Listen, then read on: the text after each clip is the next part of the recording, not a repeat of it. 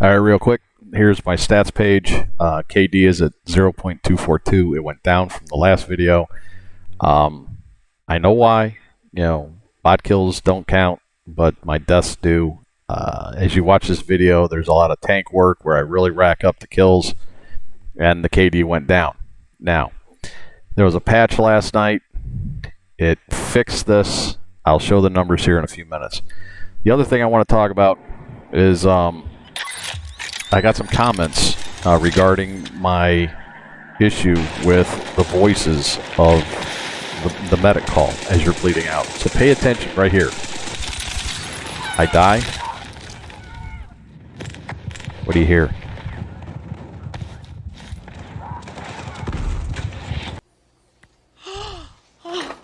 Lesson 22. Blessed silence. And yet the medics still hear you. They'll still revive you, but you don't have to listen to the bleed out. So to the commenter that made that, if you were a really hot chick and my wife wasn't looking, I'd give you a big sloppy one, because that is a game changer. That is so awesome. Thank you. I cannot tell you how much I hated listening to that voice as you're bleeding out, especially in normal play, when you die every 8 seconds. I am just very grateful to that advice. I put out a short. It's going to be uploaded about the same time as this. It shows how to turn that off. Basically, you go into the settings, into the audio, and turn off the voiceover. Again, watch the short. It'll show you how to get rid of that. This is the stats after the update that dropped. I took this morning. My KD went from 0.242 up to 1.641. What is that? 8x, 8x better. I don't know how they changed it. I don't know if they're counting bot kills or they changed the bot, the deaths. But they changed it.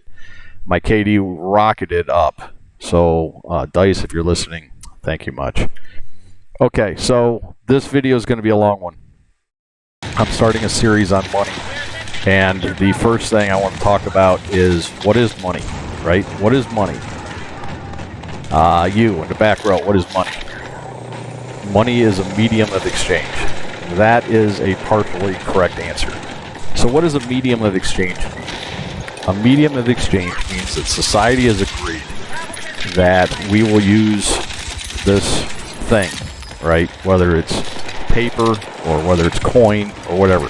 It is something that we agree upon, that we can establish a price for a given object rather than bartering things. So an example of how bartering could work to someone's extreme disadvantage.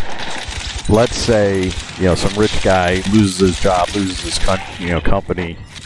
He is starving, right? He's got a Mercedes, but he has no money. And I buy a rotisserie chicken at Costco for $5. I have food, right? I'm not starving, but I need a set of wheels. So I can actually go to this guy who's starving to death and trade. There's a possibility that I could actually work out a trade where I give up a rotisserie chicken for $5 for his Mercedes, right? So that's barter, and that can play to your advantage or disadvantage. But with a medium of exchange that we call money, everything has an established value. Now, the other thing that money has is a preservation of wealth. And this is something that our current money supply does not do. Our current money in the United States is a fiat currency. In fact, just about every place in the world uses a fiat currency instead of hard cash. By the way, if you watch right here, people, if someone's playing a tank, don't get in front of his optic. He can't see. Get on top of the turret, get behind the turret. Right here, I'm playing and I can't see what I'm shooting at from my optics. I have to go outside and do third person. So don't hide in front of the optics or sit in front of the optics. So when I say preservation of wealth and fiat money, so in the United States, our money is a fiat currency, meaning it has no intrinsic value. There's nothing backing it except the belief that the money is worth something. Okay? There's no gold, there's no silver, there's no land, nothing of intrinsic value backing our money. It is just the quote-unquote good faith in the United States. A hard currency is one that has in it something of intrinsic value backing it, like gold or silver or land or something that retains its value through time. And I'm gonna come back to what's intrinsic and subjective value, but I want to kind of touch on, I want to go a little bit deeper into the preservation of wealth. So, and I'm gonna give an example. Gold. Gold has been money for thousands of years. Thousands. Okay. Because it's rare, it doesn't corrode. It doesn't, it's malleable. It's fungible, meaning you can divide it up into smaller pieces. So gold, silver, precious metals, okay? So if we take a 1 ounce gold coin today, it's worth about $4,250 last time I checked, which was like yesterday. What can you get for $4,250 today? You could get a very nice Armani suit, nice shirt, nice skivvies, nice shoes, nice belt. And, in today's money, it'd be about $4 or $5 grand, about $4 grand. If we go back 2,000 years to Rome, that same 1 ounce gold coin would buy you a very fine robe, very fine toga, nice shoes, nice belt. The value of gold really hasn't changed in all this time. And here's a better example. Rather than going back 2,000 years, how can I prove that a robe is worth, a gold coin? But in 1979, my father bought a Dodge Omni for $2,500. And in 1979, gold was $504. So that car cost 5 ounces of gold. Okay. Today, one of the cheapest cars in the market it used to be the Mitsubishi Mirage, but now it's the I think it's the Nissan Versa. It's like $21,000. Well, gold is $4,250. If I take 5 gold coins, how much is that? That's $21,250. So for the same 5 ounces of gold that bought a car in 1979, I could take that 5 ounces of gold and buy a car in 2025. Okay? So the value of that gold has not changed in centuries. If I took $2,500 in 1979 and I put it under a mattress along with 5 gold coins, and I found it today, I could still buy a car today with the gold. The $2,500 would be lucky if I could buy a clunker out of a junkyard. So a lot of people in comments complain about the loss of spending power, and I'm going to dig into that. Okay, that's the result of a fiat currency. That is the result of monetary abuse that is being conducted by our government. Okay, so real quick on intrinsic and subjective value. Intrinsic value, again, I mentioned this. It's something that retains its value over time. So, gold, Picasso's, Leonardo da Vinci's, the Statue of David. All this stuff is because there are a lot of people that that believe it's worth a lot, and it's worth a lot that it retains its value over time. And if you're watching this video, I get out to repair my tank, and some son of a bitch comes in and steals my tank. What the hell? I'm dead serious here. He stole it right there. What is that guy? Red Bud? Red Bud, if you're watching this, you're an asshole. And if you know this guy named Red Bud, go kick him in the nuts for me. Okay, so, the preservation of the intrinsic versus subjective value. There's a lot of coins out there, coin collectors, and here's that long tank battle. This coin was from the Civil War. Or okay, fine, right? Or here's a piece of paper. Here's a continental paper, from the Revolutionary War. Or here's a Confederate dollar from the Civil War. if I took that piece of paper and I tried to go buy groceries with it, it ain't going to get you very far, right? Not unless the guy's person ringing me up as a collector.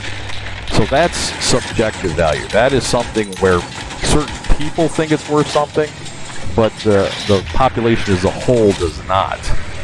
And where intrinsic value is that everybody thinks it's worth something, right? And so like gold, silver, and fine pieces of art or land, something that retains its value to the general population forever. That's intrinsic. So that's true money. It retains its value over time. It's a preservation of wealth.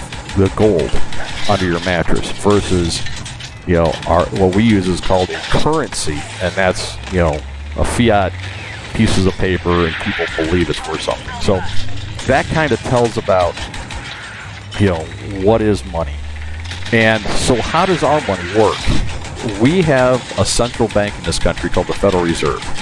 The Federal Reserve is not, let me repeat this, it is not part of the federal government. The Federal Reserve is a cartel of banks, and this bank is out for profit. Think about how much money we're talking about here when we talk profit. Every car loan, every warehouse full of goods, every ship on the high seas, every, airplane flying, every airport, every building, every house, every car, every, loan for a piece of jewelry. All of this money goes to the Federal Reserve, which is a for-profit organization. I want you to think about that. Now, the Federal Reserve was created in February of 1913. And it was created by, very powerful bankers. You can hear and read all about this in a book called The Creature from Jekyll Island by G. Edward Griffin. I'll put a link in the description below. There are also videos from GOLDSILVER, GOLDSILVER.com, which I will also link below, that really goes into greater detail than what I'm doing on this, 10, 20-minute rant. Okay, so the Federal Reserve basically, in 1913, convinces the federal government to surrender its power of money. That is defined under Article 1, Section 10 of the United States Constitution, and only gold and silver will be used. Prior to this date, every dollar in existence had gold or silver backing it. So a silver dollar was silver dollar, right? A $20 gold piece was worth 20 silver dollars. And so what happened is in 1913, when the Federal Reserve came to power, and started printing money without gold in Fort Knox. And it's like, Ford selling car titles but not making the car. So all of a sudden, a $20 bill for 1 ounce of gold quickly became a $50, right? Gold became a $50 gold piece. And that's what really created the Great Depression. There's a lot of depth to this. Again, go read the book. It goes into detail as to what caused the Great Depression in the 1920s, 1930s. So that's how we surrendered hard currency to a fiat currency. Now, a lot of people will say that we had gold as the reserve currency until Nixon took us off the gold standard in August 1973. That was international. I will talk about that on a subsequent video where I'm talking about money on an international scale. When the United States surrendered, the Brenton Woods Agreement, why the United States took us off the international gold standard in 1973. I think it was 70, might be 72. But Nixon took us off it, and that's a whole story unto itself. But for domestic use, we went off the gold standard in February of 1913. Now, how does inflation work? So the Federal Reserve is the creator of money in this country. So the federal government, which spends way more money than it takes in on taxes, needs to, cover that shortfall. So they create treasuries, right? United States treasuries, and they take it to the Federal Reserve, and the Federal Reserve writes a check to the federal government who then cashes the check. And the money does not exist anywhere in the universe until that check is cashed. And when that check is cashed, then the money is sprung into being and the federal government starts spending. And as that money moves through the economy, that creates inflation. So what inflation means is we are inflating the money supply. Okay? Think of it like soup. So soup, when you make soup, it's nice, thick, and brothy, and it's got a lot of vegetables and meat in it, and it's really hearty and keeps you going. Well, all of a sudden, you start pouring water into that soup. Now it's not quite so hearty, right? It takes more soup to give you the same nutrients, same calories that you used to get before you added the water. So that's what's happening. That's what inflation is you are inflating the money supply. You are diluting the money supply in the society, in our economy, and devaluing the dollar. Okay? It's not that the price of food has gone up. It is that the value of the dollar has gone down. Just like the water in the soup. It takes more soup to fill you up. Same thing. So when we have politicians going, I'm going to lower prices, well, there's no way of really doing that without taking money out of our economy. It's called deflation, which has a whole other set of problems to it that can cause recessions, depressions, So deflationary, you're taking money out of society can be very, very painful. But let's talk about inflation, and what we're seeing here. A great example was during the Great Recession in 2008, prior to the collapse. And that collapse, I'm going to talk about. I'm going to do a video on housing. And, we're talking about, mortgage-backed securities. We're talking about tranches. There's a movie out there called The Great, what the hell was it called? The Great Reset. I'll put it in the link below. I can't remember the name off the top of my head. I'm on a rant. I'm on a roll here. I can't pause too long to figure it out. I'll put it in the link below. And if I think about it, I'll spit it out. But they created a housing bubble. The bubble collapsed. Our financial institutions were collapsing. The federal government decided that it was going to, bail all these things out. Everything from General Motors to, Chase Manhattan Bank. Everybody was in trouble. So before this happened, our M1 money supply, which is on-demand money, was like $840 billion. Now this is, like the money in your pocket, the money in your checking account. That's the M1 money supply. It was like $840 billion. Then they did quantitative easing, right? They had to print all this money to bail everybody out. So by the end of the Great Recession, our money supply was $4.3 trillion. They multiplied our money supply by a factor of, 6? 7? Just trying to bail everybody out. That created a problem. Now, a lot of that money we didn't see in our economy because that money went back to the banks and it went back to inflate the balloons for mortgages and the stock market. That's why the stock market went up. But what we're seeing today is the result of us supporting a war in Ukraine. It is, the Green New Deal, where everybody thought that solar panels were going to solve the world's problems. By the way, Californians who spent so much money on solar and wind, my question to you is, where are the batteries to store the energy for nighttime? Because when the sun doesn't shine, there's no power generation. So people come home from work and they plug in their electric cars, because in California they were really pushing that.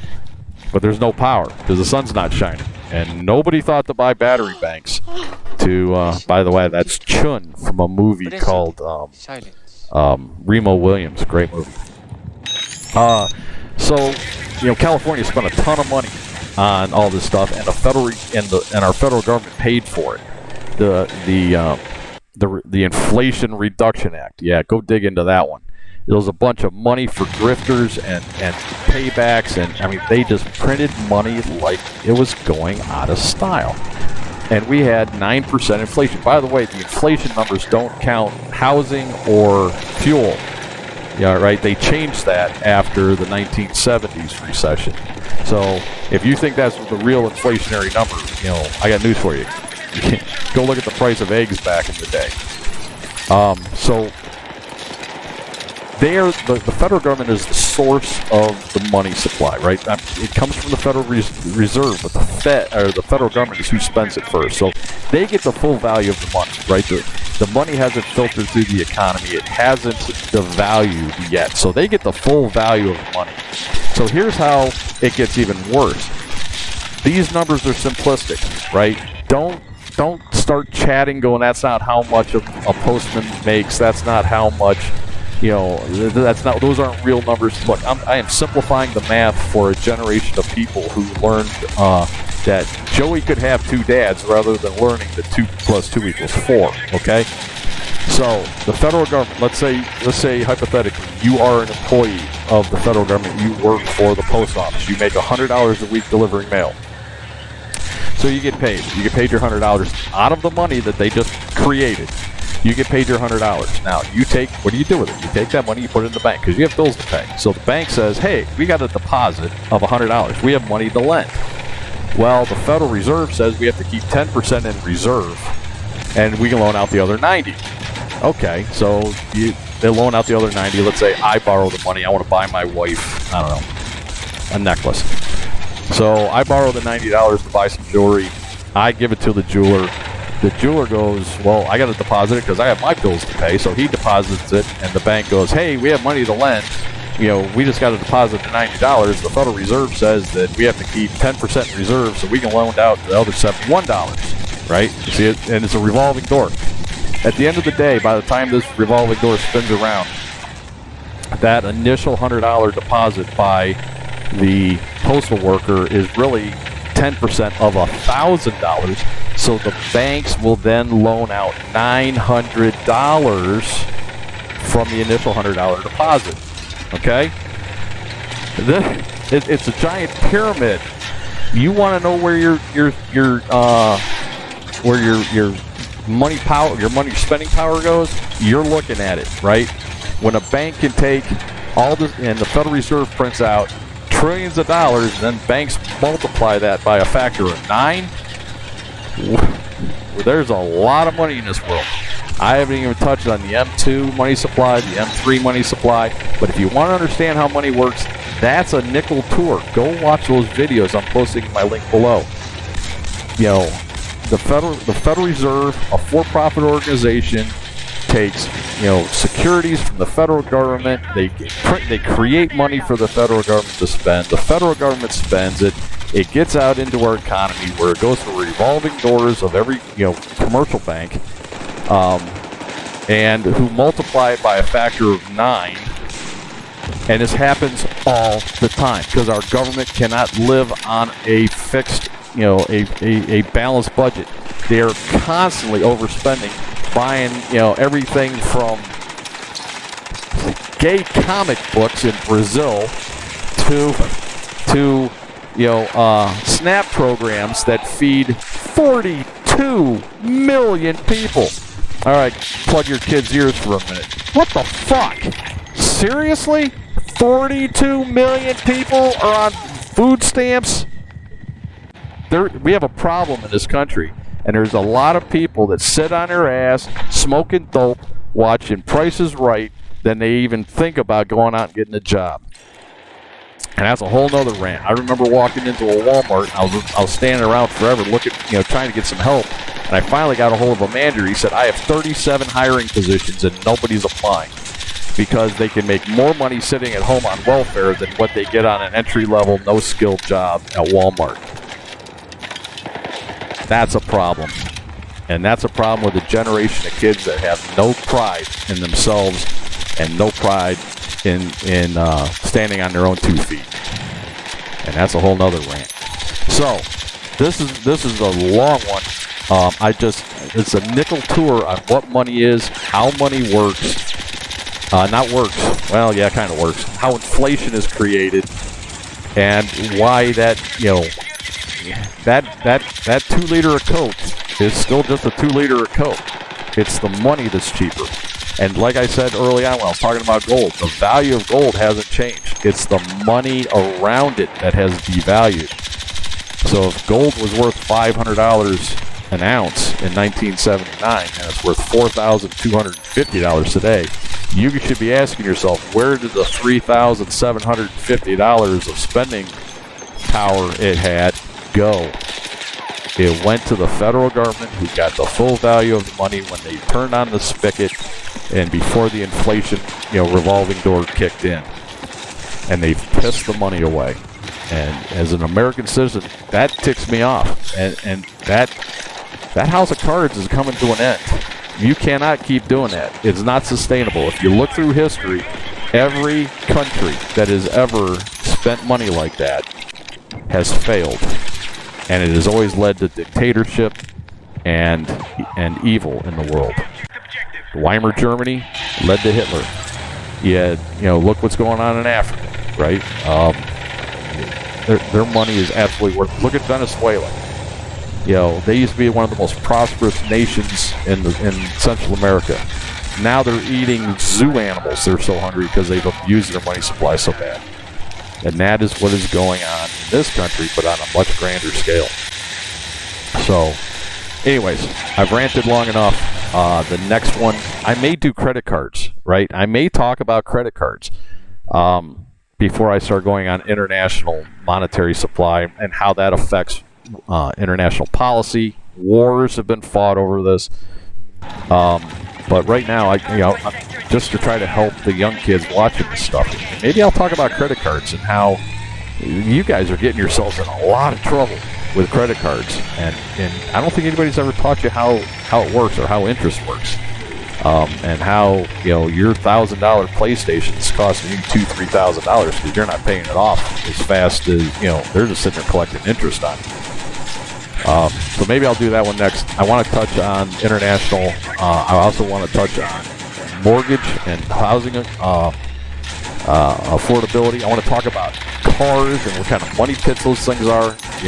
I've spent $300,000 in cars in my life, and I realized that I could have retired a lot earlier if I spent the money on something else. So I want to touch on that. There's a whole series on money. If you guys have any questions, please put them in the comments below. I read every single one of them. I may not respond to them all, but I do respond. I'm sorry, I do read them. I may not respond to everyone, but I do read every single one, good or bad. So anyways, I've gone way long, and this is Law Dib out.